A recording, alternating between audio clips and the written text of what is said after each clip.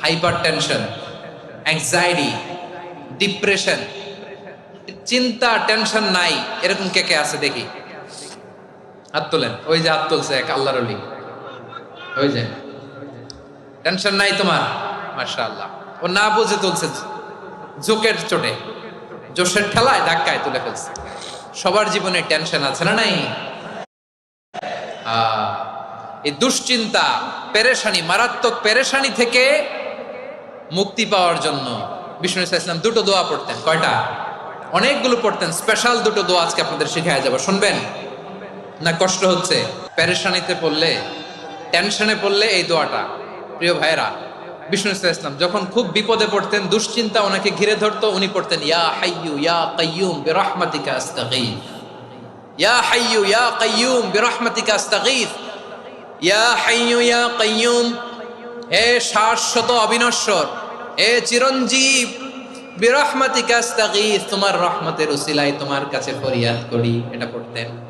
আবার আরেক বর্ণনায় এসেছে ইয়া হাইয়ু ইয়া কাইয়ুম বিরহমাতিকা আস্তাগীথ আসলিহ লি শা'নি কুল্লাহু ওয়ালা তাকিলনি ইলা নাফসি তারফাতা আইন। আসলিহ লি শা'নি কুল্লাহ, আল্লাহ আমার সবকিছু আপনি সেটেল করে দেন।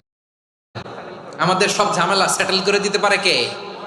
আমরা তো সেটেলমেন্টের জন্য ওই এসপি সাহেবের কাছে যাই, ডিসি সাহেবের কাছে যাই, অমুক ভাইয়ের কাছে যাই, তমুক ভাইয়ের কাছে যাই।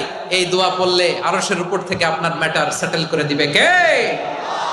তাহলে পড়বেন ইয়া হাইয়ু, এ চিরঞ্জীব। হাইয়ু মানে চিরঞ্জীব, যিনি চিরকাল বেঁচে থাকবেন, মরবেন না। আল্লাহ মরবেন? তার কোনো লয় আছে? ক্ষয় আছে? সূরা রহমানে আল্লাহ বললেন কুল্লু মান আলাইহা ফানি ওয়া ইয়াবকা। যে এত ইয়ামি, আপনি আপনার ডেজার্টের সাথে কম্পিটিশন করতেছেন, মানে একটার সাথে আরেকটা কম্পিট করছেন। ওয়াজহু রাব্বিকা যুল জালালি ওয়াল ইকরাম ফাবিআইয়ি আলাই রাব্বিকুমা তুকাযিবান। জমিনে যা আছে সব ফান, ভ্যানিশ হয়ে যাবে, নিশ্চিহ্ন হয়ে যাবে, শেষ হয়ে যাবে, সব বিলুপ্ত হয়ে যাবে, একজন ছাড়া। জোরে বলেন তিনি কে?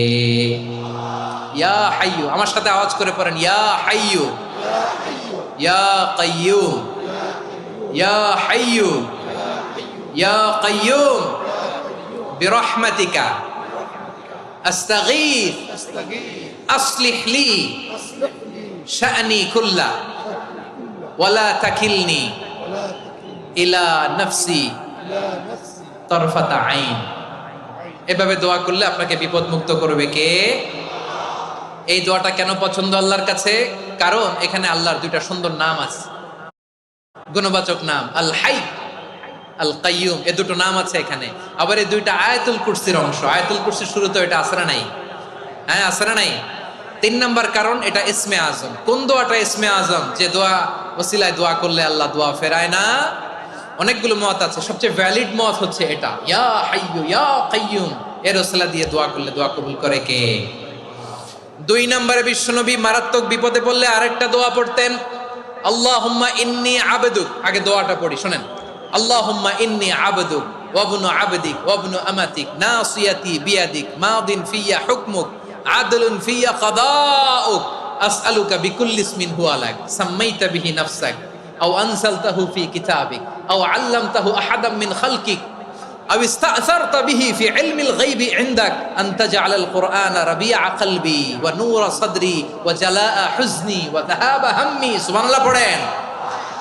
বিষ্ণুই বলতেন আল্লাহুম্মা ইন্নী আবদুক, ও আল্লাহ আমি আপনার গোলাম, ওয়া ইবনু আবদিক, গোলামের ঘরের গোলাম, ওয়া ইবনু আমাতিক, বাদীর ঘরের গোলাম। মানে আল্লাহ আমি আপনার গোলাম। আমার বাবা আব্দুল্লাহ ছিল আপনার গোলাম, আমার মা আমিনা ছিল আপনার বাদী। মানে আমরা গোলাম বংশের, সব গোলাম। নিজেরে এর চেয়ে আর ছোট করে আল্লাহর কাছে উপস্থাপন করা যায় আমার ভাইয়েরা? কথা কি বুঝতেছেন? নিজেকে এর চাইতে ছোট, নগণ্য আর তুচ্ছ করে আল্লাহর সাথে প্রেজেন্ট করা যায়?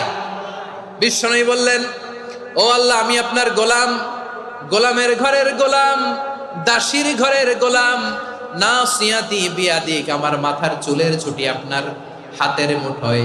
আপনি ডানে টান দিলে আমি ডানে যেতে বাধ্য, আপনি বাঁয়ে টান দিলে বাঁয়ে যেতে বাধ্য। সুবহানাল্লাহ বলেন। পিছনে 2-1 জন ভাই দাঁড়ালেন কেন? হ্যাঁ